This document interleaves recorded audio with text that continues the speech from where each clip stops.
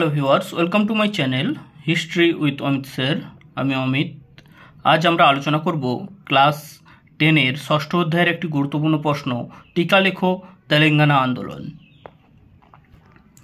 এই অধ্যায়ের আমরা বিভিন্ন প্রশ্ন আলোচনা করেছি। ইতিহাসের বিভিন্ন ধরনের ভিডিও পেতে আমার চ্যানেলটি সাবস্ক্রাইব করে রাখো এবং লাইক শেয়ার কমেন্ট করো, যা আমার পরবর্তী ভিডিও বানানোর পাথেয় হয়ে দাঁড়াবে। যাই হোক, আলোচনায় যাওয়া যাক।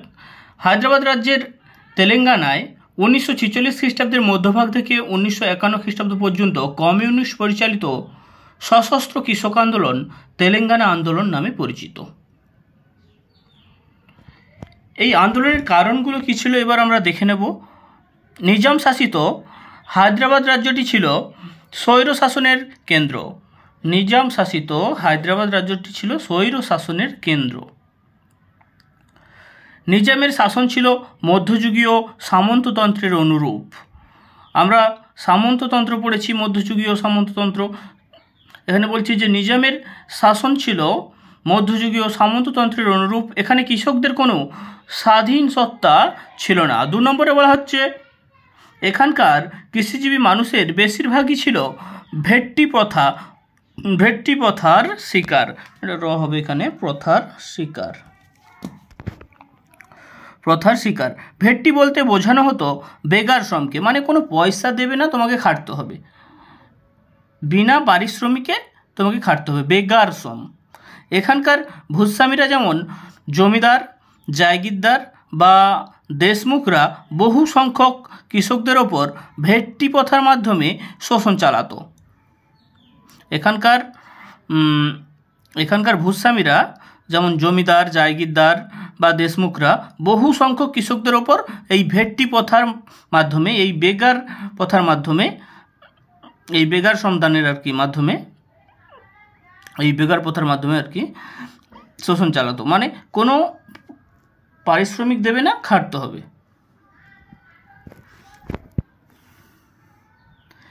এই প্রেক্ষিতে কমিউনিস্ট দলের নেতৃত্বে কৃষকরা গেরিলা প্রতিরোধ শুরু করে। এই প্রতিরোধ তেলেঙ্গানা আন্দোলন নামে পরিচিত। এবার পরের পয়েন্ট, তেলেঙ্গানা আন্দোলন। 1946 খ্রিস্টাব্দে ডোডি কুমারের ঘটনা দিয়ে তেলেঙ্গানা আন্দোলনের সূত্রপাত ঘটে। ঐতিহাসিক সুমিত সরকারের মতে আধুনিক ভারতের ইতিহাসে এটি সবচেয়ে বড় গেরিলা কৃষক যুদ্ধ। ঐতিহাসিক সুমিত সরকার বলছেন যে আধুনিক ভারতের ইতিহাসে এটি সবচেয়ে বড় গেরিলা কৃষক যুদ্ধ। আন্দোলন চলাকালীন কমিউনিস্ট নেতারা রেশন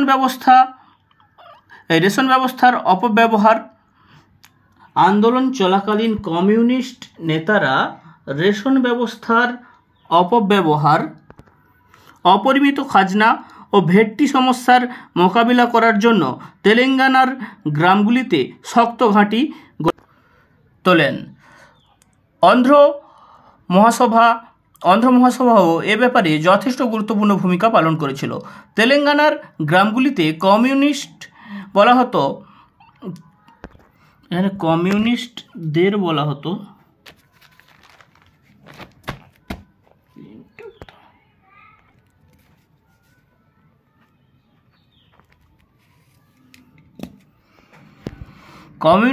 বলা হতো চিকাটি ডোবালু বা রাতের রাজা।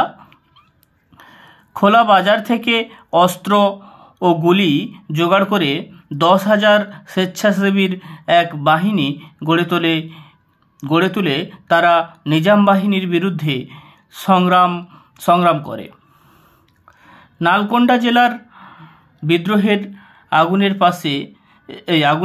পাশের জেলাতেও নালকোন্ডা জেলার বিদ্রোহের আগুন পাশের জেলাতেও ছড়িয়ে পড়ে। প্রায় 300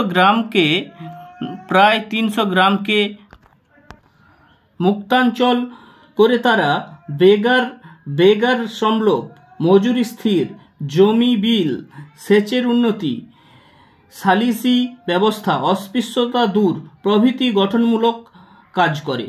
তাদের এই আন্দোলনের চাপে তেলেঙ্গানার প্রায় 2500টি গ্রাম নিজাম শাসনের এই 2500টি গ্রামে নিজাম শাসনের অবসান ঘটে।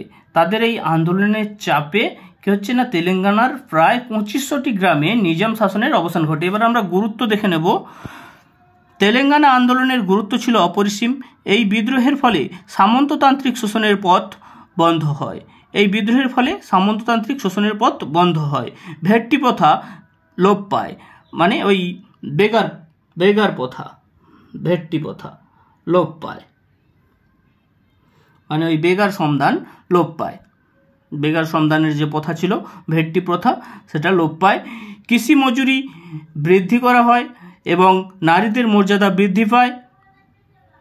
1951 খ্রিস্টাব্দে তেলেঙ্গানা আন্দোলন প্রত্যাহার করে নেওয়া হয়। এই আন্দোলনের সূত্র ধরেই প্রথম ভাষাভিত্তিক রাজ্য গঠনের পথ প্রশস্ত হয়। এই আন্দোলনের সূত্র ধরেই প্রথম ভাষাভিত্তিক রাজ্য গঠনের পথ প্রশস্ত হয়। এটা একটা গুরুত্বপূর্ণ ব্যাপার। এই আন্দোলনের সূত্র ধরেই প্রথম ভাষাভিত্তিক রাজ্য গঠনের পথ প্রশস্ত হয়। Thank you.